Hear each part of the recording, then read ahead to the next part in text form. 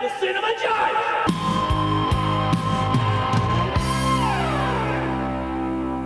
Hello, hello, hello, and welcome to the Cinema Judge. To all my regulars out there, welcome back. And if you're new to the show, welcome aboard. Now today we just don't have a movie, it's a film. And I know that sounds pretentious, but that's what this is. There's movies, and then there's film. Oppenheimer. This is a big, powerful movie that you really need to see. Well, you don't, I shouldn't say need to see, but if you're a fan of big, epic, well-made films with great acting, incredibly written, in history, Oppenheimer is the perfect movie for you. It's 3 hours long, but it doesn't feel like it. Oppenheimer is directed by Christopher Nolan and stars pretty much almost everybody who's somebody. Cillian Murphy from Peaky Blinders, Emily Blunt, Matt Damon, Robert Downey Jr., Kenneth Branagh, and that's just the tip of the iceberg. This movie has everybody because it's that good. And if you don't know what the story is, this is a brief synopsis. Oppenheimer is a story of American scientist J. Robert Oppenheimer in his role in developing the atomic bomb. So here's a trailer for Oppenheimer.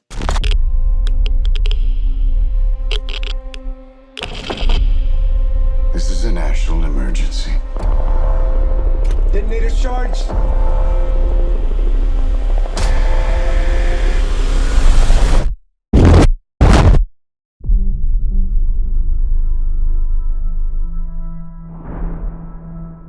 We're in a race against the Nazis.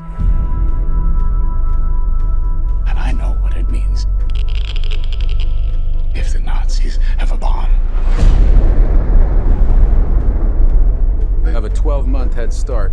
18. How could you possibly know that? We've got one hope.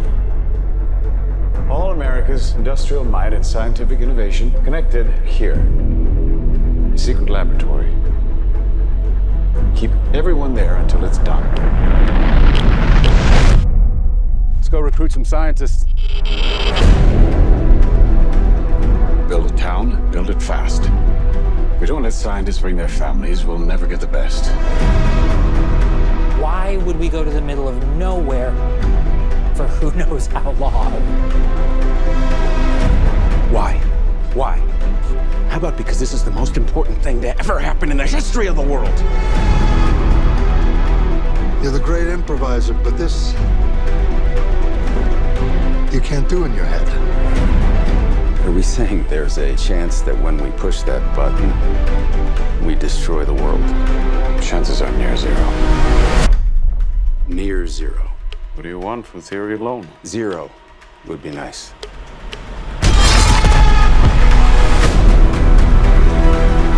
This is a matter of life and death. I can perform this miracle.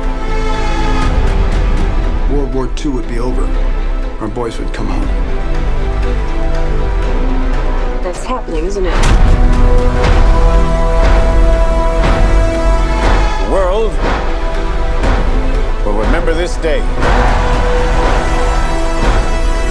Our work here will ensure a peace mankind has never seen.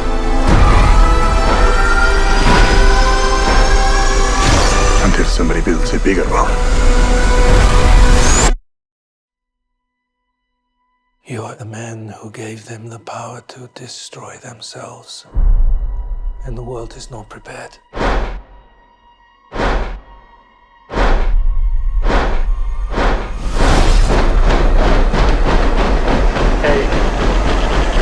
7, 6, 5, 4, 3, Truman needs to know what's next. 2, What's next? 1. And I am not overselling this movie. If you haven't seen it, I definitely encourage you to give it a shot. Hopefully in the theaters, but even if you can't do that, when it comes out for whatever way that comes out on, truly see this film. It's amazing. And up first, we're going to have an interview with Christopher Nolan and then Cillian Murphy. But in case you are unfamiliar with the incredible work of Christopher Nolan, let me just give a brief breakdown of some of his movies. This is just a couple that he directed. 2020, Tenet. 2017, Dunkirk. 2014, Interstellar, The Dark Knight, Inception, and one of my favorite movies that he made, Memento. If you've never seen Memento, I tell you what, that movie was incredible. I remember seeing that in the theater, and I remember walking out. I was like, I could barely walk. Felt almost drunk because I was so engrossed in that film. I was just like, I had to put my hands on the wall, kind of like when I was walking out going, oh my goodness. I was just pulled in, and it was just insane. But that's just some of his work. You need to look into his stuff because his directing, his writing, everything he does, sheer magic. Now, first, we're going to hear from him.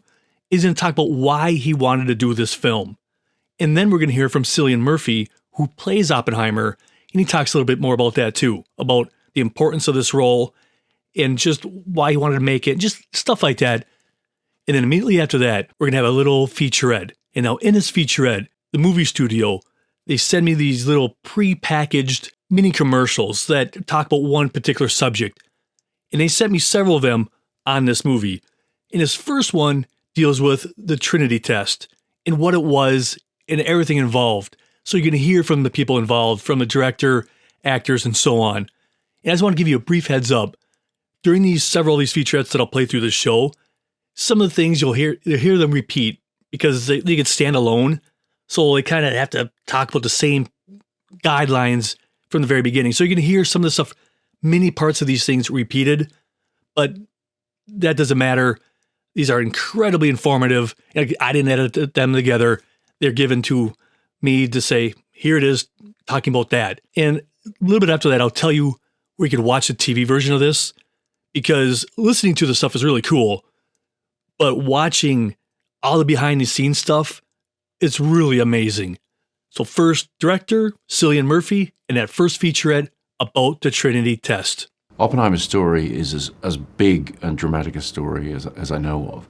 And so I wanted to put it on the biggest screens possible and get it out there to as many people as possible. His story affects all of us. His actions, for better or for worse, have defined the world we continue to live in. And so getting his story out there on the biggest screens possible to the widest audience, that was really the ambition for the project. You know, there's a universality to it that people connect with. People understand the themes that are in this movie. And, you know, there's big questions being asked of the audience. There's no answers being given, which I think is excellent filmmaking always. But, you know, it's also, it's like a thriller, it's a love story. To me, there's elements of horror in there as well, you know, for sure. So that just resonates with an audience. And I think the period setting, however familiar or not you may be with what happened in 45, I think you will just be wrapped up in it. The movie grabs you by the throat, like from the beginning, and like you just don't take a breath, I think, from start to finish, really. Because we are now living in a nuclear age because of what happened then. I mean, he did change the world, you know, and that event changed the world forever. We're living with the fallout of that ever since, you know. The world will remember this day. The Trinity test and the revelation of the first atomic explosion to the world was one of the most important moments in the 20th century. It was a massive, miraculous project that many thousands of people were involved with. It touched government, it touched science, it had huge ramifications for all sorts of ordinary people. The Trinity test and the development and the race and the fact that it was all attempting to save kind of humanity from fascism. World War II would be over. Our boys would come home. This is a matter of life and death. But I can perform this miracle. What was really interesting was going back and trying to understand what these guys were thinking and the terrible decisions that were placed in front of them. I don't know if we can be trusted with such a weapon, but I know the Nazis can. We live in the world that we live in because of what happened at Los Alamos. Why would we go to the middle of nowhere for who knows how long? How about because this is the most important thing to ever happen in the history of the world? All through humanity, we've been blinded by ambition and pursuit, and then the ramifications of something else. That's happening, isn't it? I think that's why it's so bizarre and amazing that Chris is making this movie now. We're seeing parallels. It's a profoundly overwhelming experience watching it. It's not a history lesson. It's not telling people this is what you must learn from this, but I think it's very clear it can reflect back on what's happening in the world today. When I asked Chris what was interesting about why he wanted to make it, he said, I always found that very interesting that when they were doing the Trinity test. They were asked, what are the chances of this going wrong and it blowing up the entire world? Chances are near zero. Near zero. What do you want for theory alone? Zero would be nice. Detonator's charged. What is that decision to just still go ahead and do it?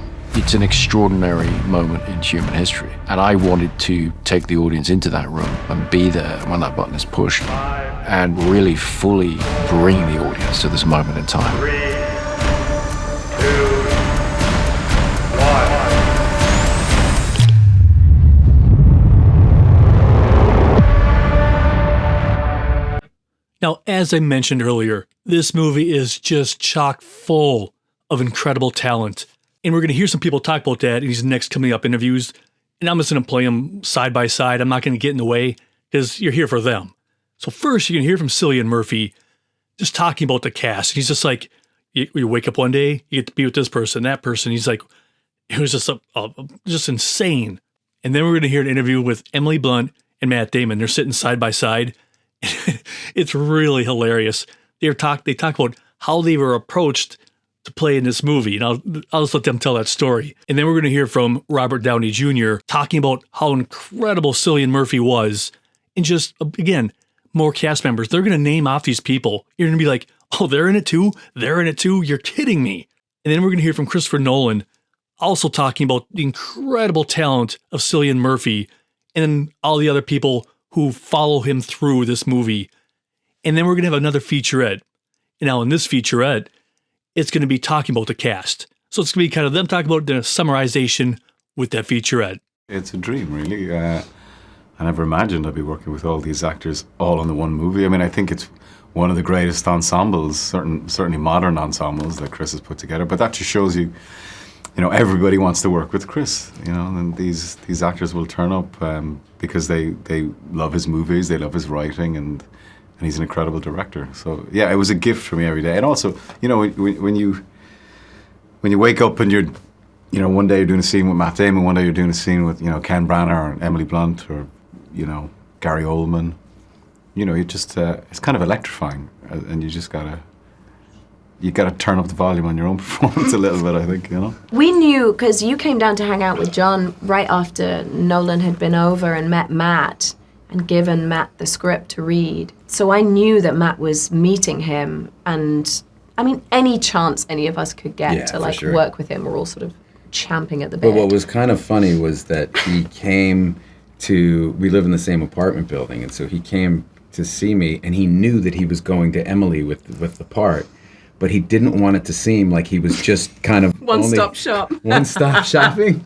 So he bumped into John in like either the elevator or the lobby, and John talked to him for a half an hour, just kind of director to director. They're talking shop, and Chris later admitted that he knew he was coming to Emily with the part, but he waited it was like 5 days or something. And knew she was going to be in L.A., and then she came over to his house and read the script. And he didn't want sort of convenient casting rumors, that it was like, who else is in your building? Who else can we cast? Is there anybody else? Start knocking on doors. Is Robert Downey in this building? Well, I was just texting with Josh Hartnett a few days ago, and I don't think he knows how good he is in the film. Obviously, Matt and Emily and Florence, and I got to watch Rami Malek just absolutely slay it on this one day and put my character in check. I spent many of my days with Alden Ehrenreich. He and I are now close friends. Scott Grimes was there, and it just seemed like every day was another one of my peers knocking it out of the park. And there was this kind of almost like regional theater vibe amongst all of us. This is who we are, and this is what we do, and this is a peak experience. At the center of Oppenheimer is Cillian Murphy's performance as Robert Oppenheimer. I worked with Cillian for years, but I'd never had the chance to have him as the lead in one of my projects. So I was very excited to be able to call him up and say, this is the one, this is where you get to carry the audience through a story. And it's very much a question of carrying the audience, because I really wanted Oppenheimer's story to be told subjectively. I really wanted to bring the audience into his experience and experience events as he did. There's an extraordinary cast around him. The film is a combination of a great central performance, but also this incredible ensemble cast with Robert Downey Jr., Matt Damon, Emily Blunt, Florence Pugh, and many, many more. Really trying to bring to life the real historical people who contributed to this amazing story that Oppenheimer was the center of, but was very much a sprawling, team effort in the Manhattan Project, and then the global ramifications of everything that happened at Los Alamos. We needed this amazing cast to get these momentous events across. We imagine a future, and our imaginings horrify us. In the case of this film, I wrote the script in the first person. It's the only time I've done that. It made it clear to anyone who read the script that we're on this ride with Oppenheimer. It was very unusual. It took me a minute to actually comprehend. And then I realized, that's a huge responsibility. I don't know if we can be trusted, but I know the Nazis can't. Cillian playing Oppenheimer was the centerpiece of the film, but I knew that he was going to need the most extraordinary ensemble around him. Let's go recruit some scientists. If Chris Nolan calls you and says that he'd like to meet with you, like, I don't care what it is. You'd be mad to say no. I feel like that's probably everybody's answer with this. From the second I read the script, I knew that he had a very acute vision, and if he were able to render that vision, that this film would be a masterpiece. All America's industrial might and scientific innovation connected here. Keep everyone there until it's done. It feels to me like every single character is significant because they're all historical figures of consequence. I tried to familiarize myself with Groves and the history, and then talk to Chris about what he needed from that part. Groves was almost like a kindergarten teacher in some respects because these scientists were so eccentric and not necessarily trustworthy. I mean, if you're looking from a military perspective. I was aware of who Louis Strauss was. I came to have a pretty even-handed understanding of him. He was a righteous guy. I think he was a great public servant, but he's always behind the scenes. I've always appreciated the people who are backstage. Truman needs to know what's next. What's next? With Kitty Oppenheimer, what I really was drawn to is she refused to conform to the sort of feminine ideal of the time. She had this defiance against the system that felt so modern. Jean Tatlock was blunt, knew what she wants, but at no point is she ever punished for that, and especially not by Oppenheimer. Theory will take you only so far. Oppenheimer sees things in sort of different dimensions. Physicists operate on a completely different level than we do, and I think sometimes it's a burden. So I was really interested in that. What we were looking for was a remarkably centered performance, the heart of the film, but also an ensemble piece. I was there on set every day, surrounded by a team of actors who knew more than I did about what was going on from their point of view. And that's what you're really looking for as a director. It's a profoundly moving and overwhelming experience watching it, because you feel so compelled to watch what's happening with these people and how they're drawn into the biggest of moral dilemmas and what they're wrestling with, all of the characters. With the sound design and the score and the emotionality of it, this is not a film, this is an experience. When I saw it in its finished form, I was kind of like, wow, yeah, that's what we were hoping this could be. Now, I think it's pretty well established by this point that Christopher Nolan truly is a directing genius. Just look at his catalog of what he's been involved in. Without a doubt, the man has a gift. Up next, we're going to hear a little bit more from him. And what he talks about is, when he was researching this movie, when they were going to make the atomic bomb, there was that itsy bitsy bit of a shot that it could just blow up the whole world. It could go up to the atmosphere and do whatever it does. They're smart people. I don't know any of these things, but they explain it in the movie and then in this interview, and then also in the featurette we're going to play after his interview. Because in that featurette, he says that again, but then they delve into a little bit more of what they had to do to make this movie possible. And you hear from the cast members talking about they built the set very near the original site. Not the original site, but near the site. The same mountain range is right there. But they didn't spare any details, and that's what separates Christopher Nolan. The man doesn't just settle. He doesn't say, good enough. Or, we'll just try it this way. No. He goes all in or not at all. Because he cares about the product and he cares about us.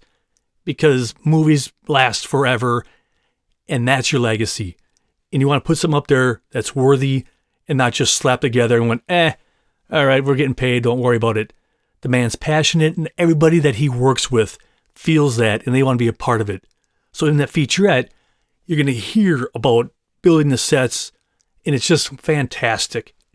And like I said earlier, this is also a TV version. And on the TV version, you don't see or hear me at all. But if you're interested in watching these featurettes, go to bit.ly/cinemajudge, bit.ly/cinemajudge, because you get so much more out of it when you get to see some of the stuff. And it is streaming on demand whenever you want. Here that stuff is.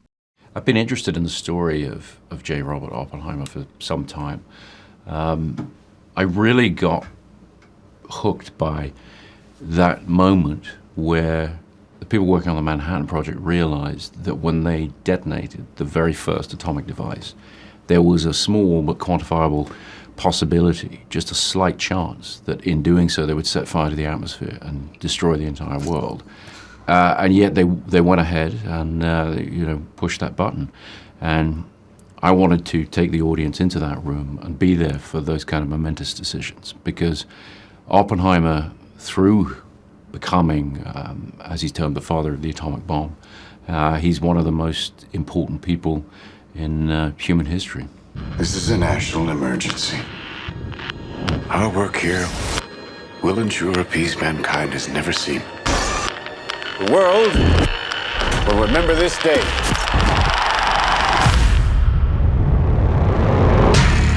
This is arguably the most important story of our time. The stakes really couldn't be any higher.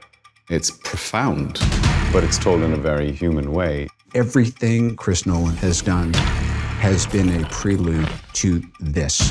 This is not a film. This is an experience. It is a heart-in-your-mouth thriller.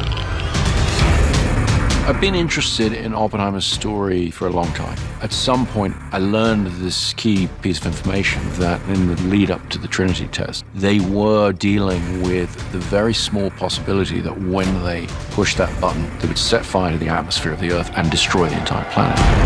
And yet, they pushed that button. I wanted to take the audience into that extraordinary moment in human history.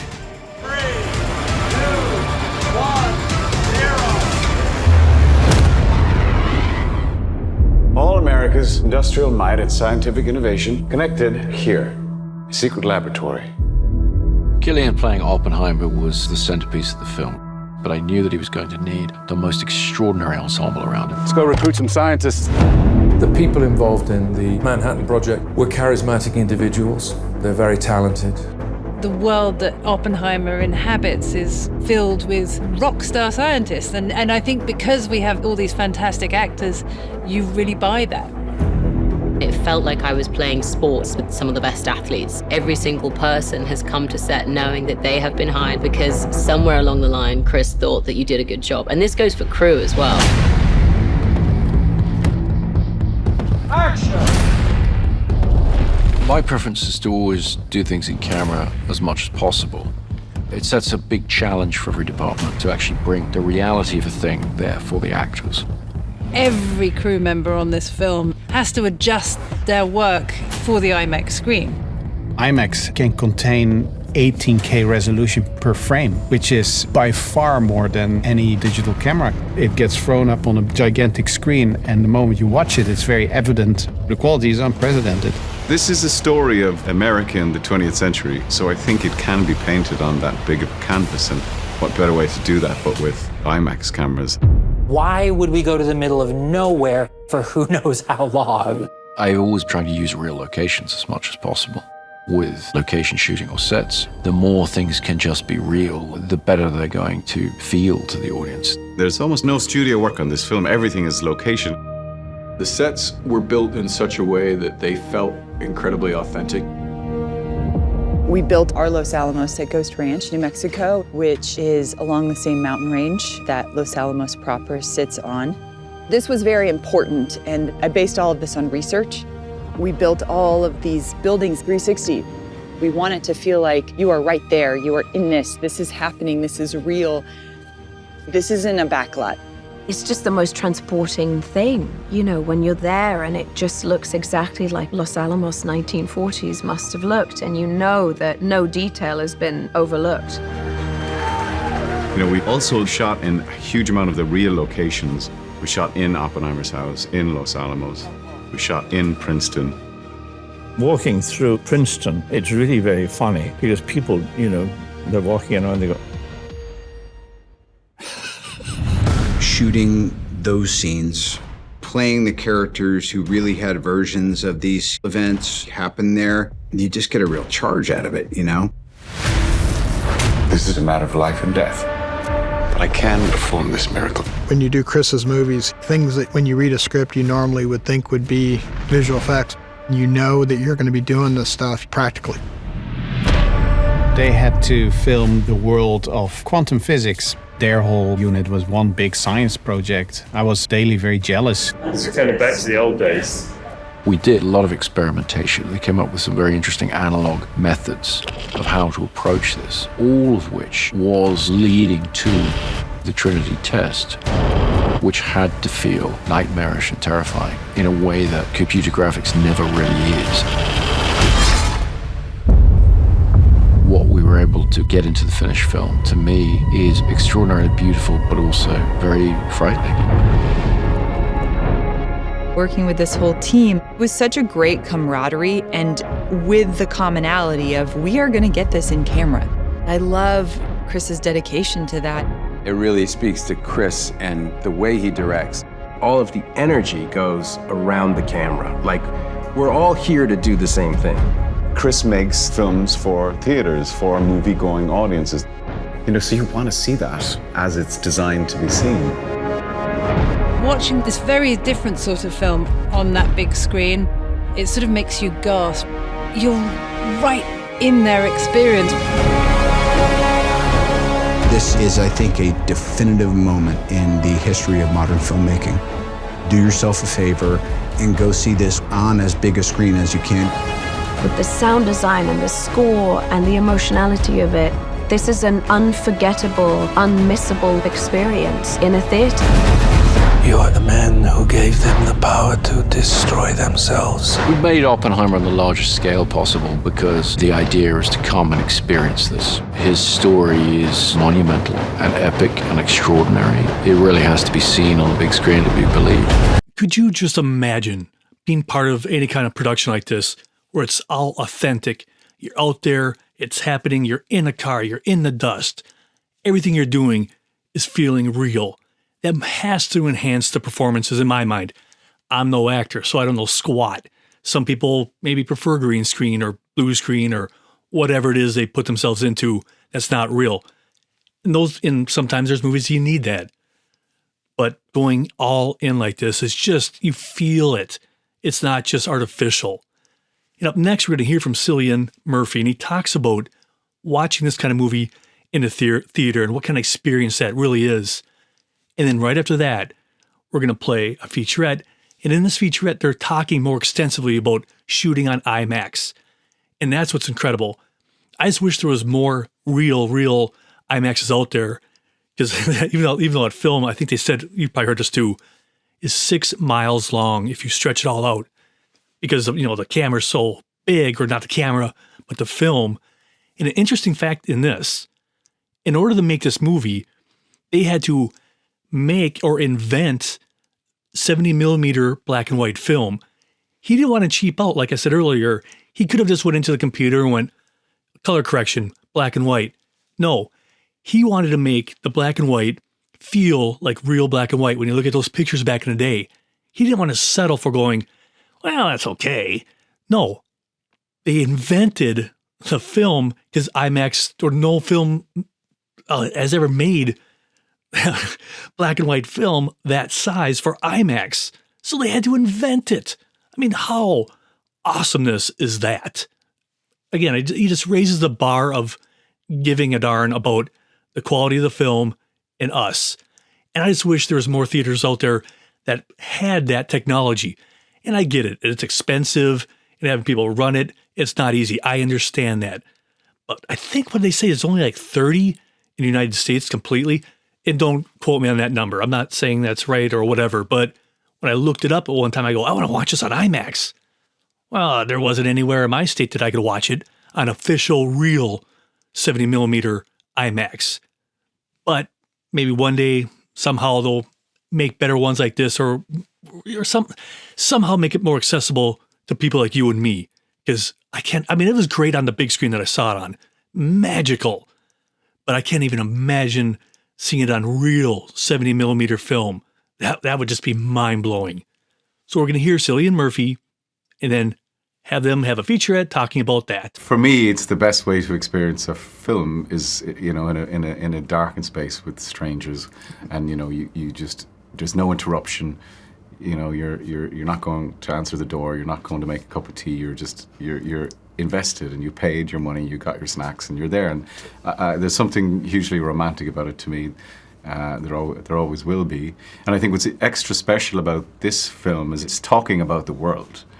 It's really digging at what it means to be humans and our responsibility as humans on this planet, and what we do with the power that we can harness. And in this case, this extraordinary and destructive and appalling weapon. And it's amazing. And I think it was Truffaut said, we go to films to escape from life, but also to learn about life. And I think this is one of those great films. It does that. It entertains, and it's incredibly entertaining, but it's also, it makes you think. They won't fear it until they understand it. And they won't understand it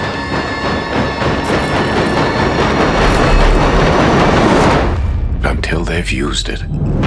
Oppenheimer's story is one of the biggest stories imaginable. Our film tries to take you into his experience, and IMAX for me is a portal into a level of immersion that you can't get from other formats. IMAX is a format of spectacle, and it's made for vistas and for the grandeur of it. But I got very curious to discover this as an intimate format. The face is like a landscape. There's a huge complexity and a huge depth to it.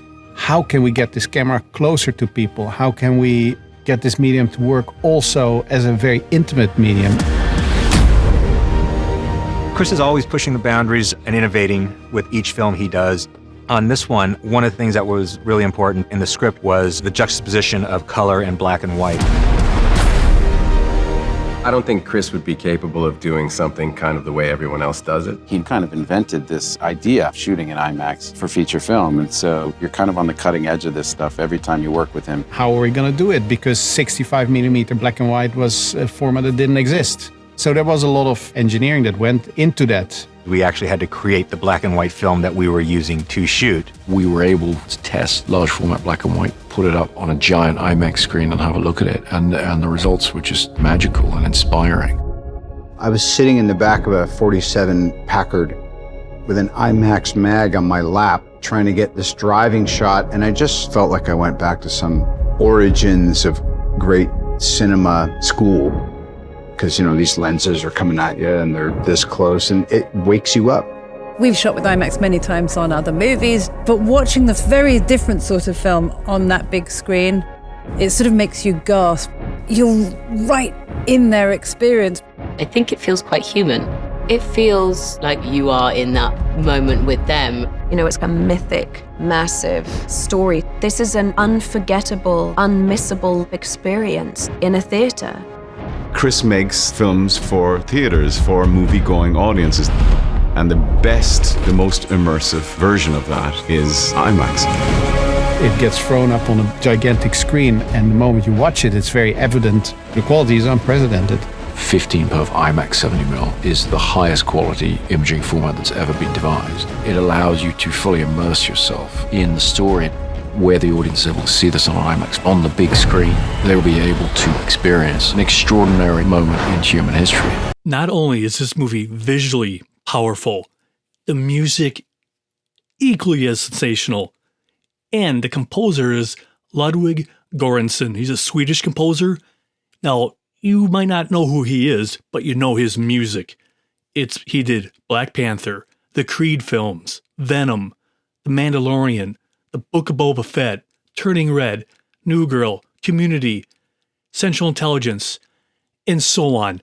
The man is so talented and gifted, and having his fingerprints all over this just enhances every second of this film. Because when you're watching this film, you could hear it sometimes just subtle, and sometimes just right there with you. And that's the test of the guts and the oomph of any good composer. You're not supposed to overtake the film. You're not supposed to just say, hey, this is me, forget about what you're seeing. It has to go hand in hand. And that's why Nolan has him do this, and he also worked on Tenet. The man is a beast when it comes to composing. He uses just sometimes subtleties, and the man's great. So first, we're going to hear from the red carpet, him talking about being part of this picture and what he was trying to do and what was asked of him. And then after those interviews from the red carpet, there's a featurette on him talking about that whole process. Christopher Nolan is there. He's talking about it. It's really cool. Where we started on this was Chris had an idea to use the violin as Oppenheimer's sound and his portrayal of his story. That was kind of like the only note that Chris gave me in the beginning. And, it was a very different experience for me to work on this movie because I'd never done anything where the music is just telling one person's point of view. The music is coming from Oppenheimer's point of view. You're like, the audience is with him all the time. You're not judging him. You're feeling what he's feeling. So that's what the purpose of the music is in this one. Early on, one of the first things that I saw in the movie was that Chris's early experiments with the visual effects. How they made some of the incredible, splitting of the atoms, and how they made that move and how it looked. I remember being in the IMAX theater and seeing those early experiments. And I was so taken back by how amazing it looked. And that's when I was in the theater, I was like, that's how I want the music to sound like. And that was the challenge, to make the music sound as cool and interesting like those images. The way that we start working is 3 months before we start shooting. And that's we're in pre-production, and we have meetings every week, and we start sitting down. I write about 10 minutes of music every week. We listen to it, and the way we kind of build the world together, and then he goes around shooting the movie, and he has my music in his headphones and listen to it. And so when he already had the first cut, there's already a bunch of my music in there, and his input. It's just a very incredible, creative collaboration that's always a back and forth, It's such an unique story, and seeing this type of intimate but also huge story on a screen like this, there was some footage that I saw earlier from when they shot the movie that I never experienced in the theater. And you're sitting there and you have that big screen and you're seeing a close-up of Cillian Murphy's face. And I've never had that impression before. So I was like, you want to see this, you want to feel all the new feelings you haven't had before, and you have to see it at the biggest screen possible. As soon as I read the script, I'm putting the pieces together in my mind. For Oppenheimer, we had a meeting and we started talking about different approaches and different types of musical ideas. The film score grew very organically and very gradually from the smallest elements. And I had no preconceptions about the music for the film. Sometimes you have an idea for the soundscape of the world or the rhythm of it, and sometimes you don't. And in this case, all I had that I gave Ludwig was the idea of basing the score on the violin. There's so much in the performance of the violin. Within seconds, you can go from something beautiful to something completely horrifying. And there's a tension to the sound in a way that I think fits the highly strung intellect and emotion of Robert Oppenheimer very well. And that's just the organic part of it. That's just the strings. And then what comes on later is the production and the synthesizers.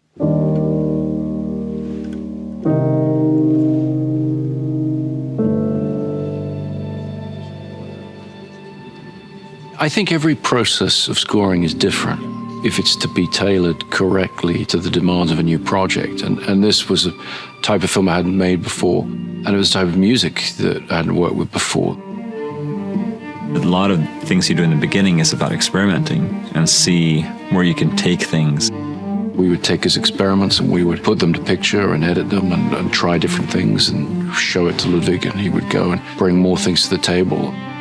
Oppenheimer is a visual masterpiece. You know, I've never seen that kind of intimate portrayal of a character on IMAX. That's the sixth note Oppenheimer theme. I felt like this movie was really pushing the boundaries in so many different fields. So I wanted to see how we can do that with music as well.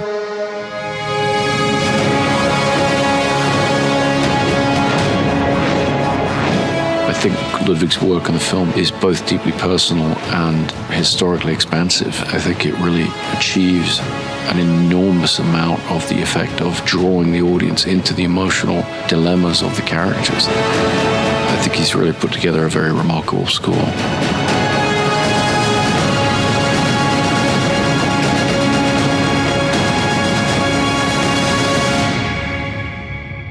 Now, just full disclosure, if you watch the TV version of this, that little section isn't in it. Both his interview and that featurette. Reason why, the TV version can't be more than 29 minutes. And if I couldn't fit it in there. But I said, hey, I could do a podcast. It could be as long as I want it to be. And I really felt it was vital to have that in there because music is such a massive part of any movie. And you know me, I'm a massive music lover. Those are my two loves. Movies and music. And when you combine them properly, it is just electric. Now, coming up next, speaking of electric, we're going to hear from both Cillian Murphy, Emily Blunt, and Matt Damon.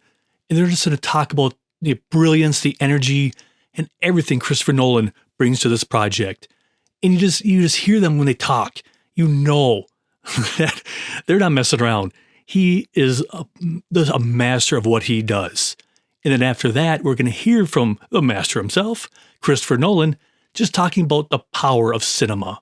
Well, I think he's kind of the ideal director, right? Because he writes his movies, he directs the movies, he produces the movies. He's incredible visually, and he is extraordinary with actors. And it's very few directors have all those talents in one person. Have I seen him change over the course of working with him? I guess he's become more and more confident in the sorts of stories that he wants to tell, and I think he's more and more confident in making films, within the studio system that actually challenge the audience. And I've always loved that he's presupposed a level of intelligence with the audience. He always knows that the audience are smart enough to go with him, and he never patronizes an audience, he's never prescriptive or didactic in his movies. They're always kind of a challenge to you, and you need to work, but the reward you get for the work is terrific. And I've learned so much from him. It's kind of changed, it's changed my life, my creative and professional life working with Chris, and I hope I continue.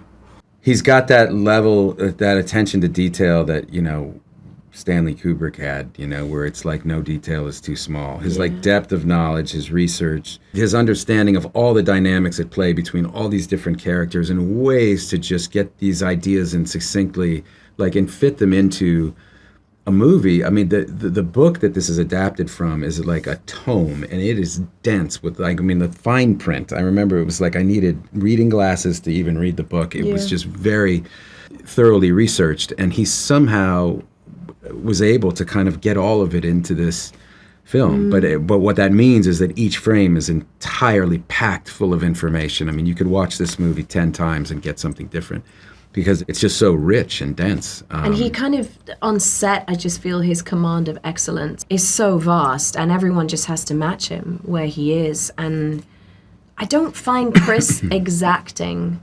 I think people have used that word, and I don't find him that way. I find him really curious and interested in what you might bring or do, and you recognize he's cast you for a reason. He lets you know that, and then wants to see what wings you have, you know, and I love that about him. I think he's exacting in some ways. I think he's exacting about some details, right? Oh, yeah, like he sweats the small stuff, and I want to work with a director who sweats the small stuff. I want him to see everything. But in terms of performance, you're totally free. You're totally free.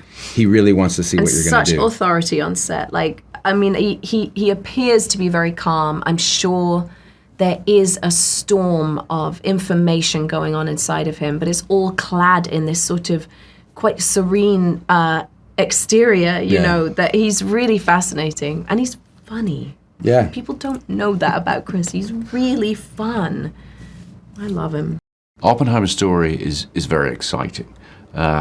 It's a little strange to use a word like entertainment, you know, when it comes to something as serious as nuclear weapons, which is what the film is dealing with. But I think cinema has always had the potential to draw people into an experience and give them this extraordinarily dramatic tale, following and seeing through Oppenheimer's eyes all of the crazy paradoxical situations that he was involved with.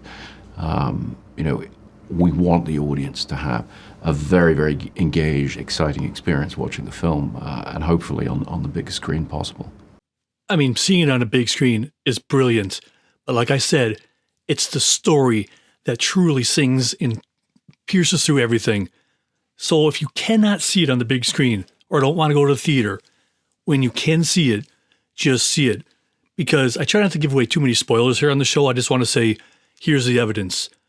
But this movie, there is so much story, so much drama. The characters are rich, and you just feel the energy of what was going on, the gravity of what they were doing.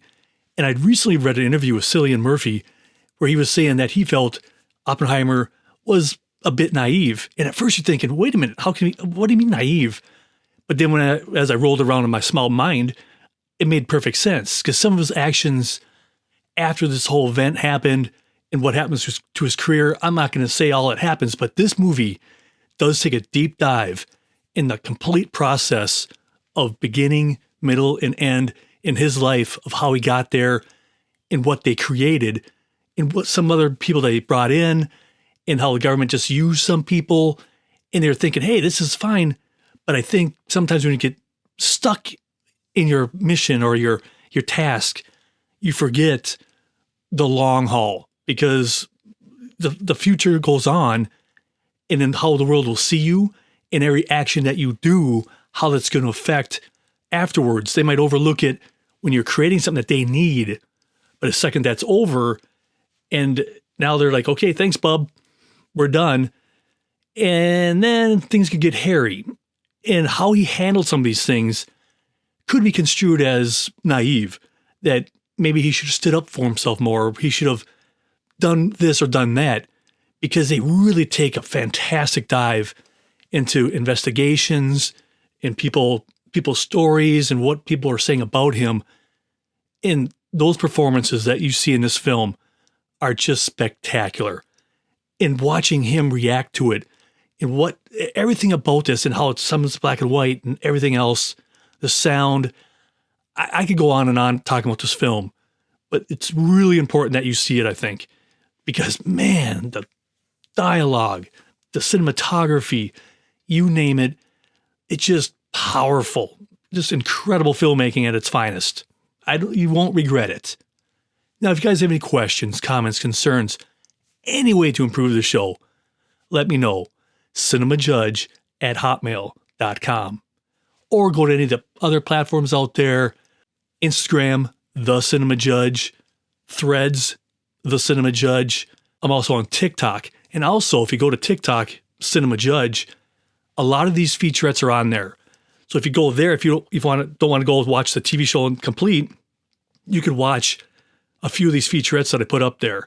It's not the greatest quality ever. It's just me holding up my camera to my laptop, but you still get the general idea if you want to see some of these featurettes. Also, if you go to the meta universe, if you ever do that meta stuff, I'm on a lot of those. If you go to Horizon Worlds, just look up Cinema Judge. I'm usually roaming around, whether it be from laser tag to whatever it is. There's so many fantastic worlds out there.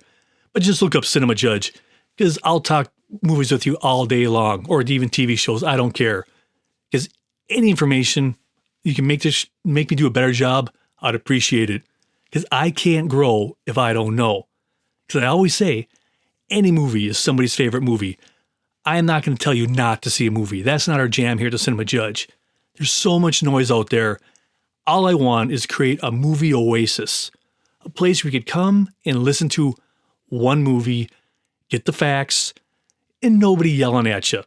Because that's not what we do here. Because we all want the same thing, an enjoyable movie experience. Because we all want to spend our hard-earned money wisely. It's really that simple. That's the point of this show. But now it's one of my favorite parts of the show. It's the shout-out part. This is where I thank all you guys who listened to my last episode. And I just love it. I hope my voice finds you well, because I love hearing about how you listen to the show. Whether you're driving to work, sitting at home, whatever it is you're doing. And some of you might even listen to the show 2 weeks from now, 2 months from now. It doesn't matter.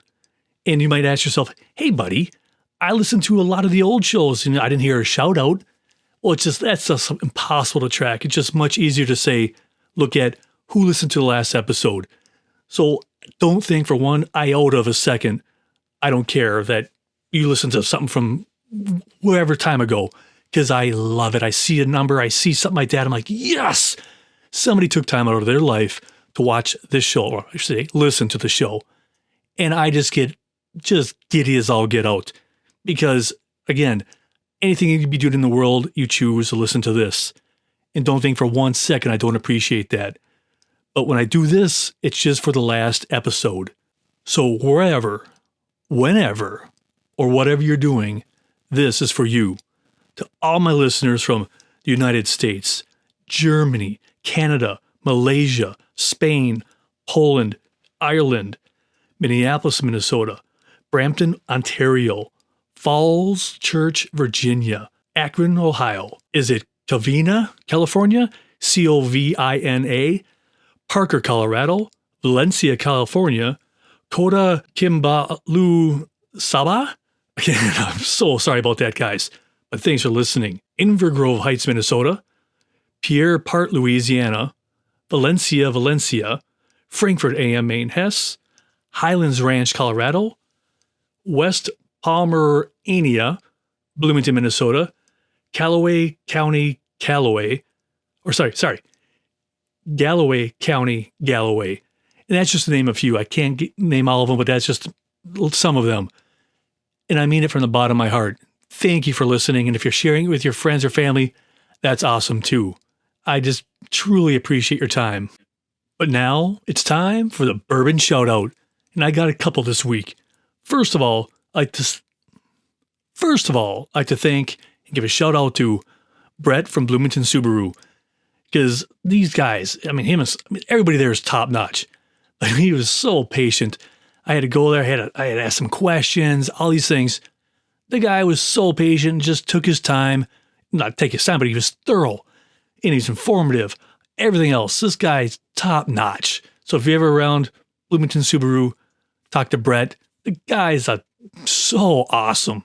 And then the entire crew at Bovino's Brazilian Steakhouse in Bloomington. It's a brand new Brazilian steakhouse here in Bloomington, Minnesota. And I tell you what, the food is spectacular. The service, second to none. Informative, helpful. They're whatever you need. So if you ever in this area or anybody around this area, go to Bovino's Brazilian Steakhouse. Incredible. I will be going back. And also, another shout out we give to Bill at the Mall of America Apple Store. I went in there I was just wasting time. And we just chatted movies, talked about this movie and several others. It was awesome talking to you. So to all three of you, cheers. But now it's the music section. Now, like I say earlier in the show, and most of you know if you listen to the show regularly, when I'm making a TV version of this, I could go all out. I'm cranking tunes. I'm just here in the basement. Me, the movie I'm working on, in tunes. And it's my happy place. If I get in the right state of mind, everything clicks. I'm just right there. But unfortunately this week, there was a bit of a downer. And I mean it honestly, that in the music world, we lost an incredible voice, Sinead O'Connor. So when I was going back to this one, kind of editing it, re-editing it, doing stuff, I threw on her very first album, The Lion and the Cobra. You need to listen to that. Everybody knows her follow-up album, which was spectacular and has awesome songs on it. I Do Not Want What I Haven't Got. And you know that album is boom. It has Nothing Compares to You, written by Prince, and it's just tons of other tunes on there. But I first started off with The Lion and the Cobra. There are some songs on there that are just incredible. And I'll just name a few here. Jackie starts off, great great song. Mandika, oh man, just great. Jerusalem, just like you said it would be, Never Get Old. Troy was just epic. If you've never heard Troy, throw that bad boy on for sure. It's just, wow, her vocal range is amazing. And I could go on, but what a great first album. And I remember when it came out, I think it was 87. I remember going to Musicland and I went there. I don't even know what I was trying to buy, but they didn't have it. And the person who was working there goes, okay, if you're looking for a really good voice and really great songs, here's Sinead O'Connor. And I looked at the album cover. I'm like, what? Well, I don't know. I've never heard of her. And he goes, trust me, if you don't like it, you can bring it back. So I got it. I went into my 70 Monte Carlo. I had my cassette tape in there, threw it in there. And I remember driving to Burger King. It's like, I'm hungry. And by the time I got to Burger King, I just sat in my car and listened to it. I'm like, oh, this is insane. Her voice, the music, just the soul coming out of her voice, the pain, the hurt, just everything about that album. I was just like, oh my goodness. I was telling people about it. Like, I've never heard of her. But then when she came out with I Do Not Want What I Haven't Got, and she came out with, obviously, Nothing Compares to You, the whole world found her. Now, I'm not saying I was original for finding her, because I didn't. Some employee told me about it. And that album obviously just kicked massive butt and blew her into a stratosphere beyond. I mean, just listen to that album. Feels So Different. 3 Babies, Emperor's New Clothes, Black Boys on Mopeds, Nothing Compares to You. And one of my personal favorites on the album is The Last Day of Our Acquaintance. It starts off really soft, really mellow. She's singing very softly. And then boom, boom, boom, she just ramps it up at the end. You just feel that she's like, come on, yeah. It's just, that song, for whatever reason, just always touched that nerve for me. And every time I hear it, I'm like, oh, I just got to stop and listen. Because it just, whatever it is, The Last Day of Our Acquaintance on that album, stellar. Just to name a few. But that album was just like, are you kidding me? And she was everywhere. So that's why I said it was kind of sad when I was listening to it. I mean, we were blessed to have that talent. It's just so sad that she had to leave us. And it's just heartbreaking. But I guess the lesson here is, if you need somebody, reach out, talk to somebody, because you got to do it. There's people out there who will listen. And I realize it's isolating out there sometimes, but you got to reach out, because there are people there who want to listen. So that's what I was listening to when I was making this. I didn't mean, bring it all down there, but listen to those albums, at least those two. I mean, she had a lot of other great stuff too, but those first two are just plowy, just great. Well, that is it. My glass awaits. I'm thirsty. So cheers to you and to the movies. So until next time, be well, be good, and I'm gone. I'm Jeff. Thanks for listening to The Cinema Judge.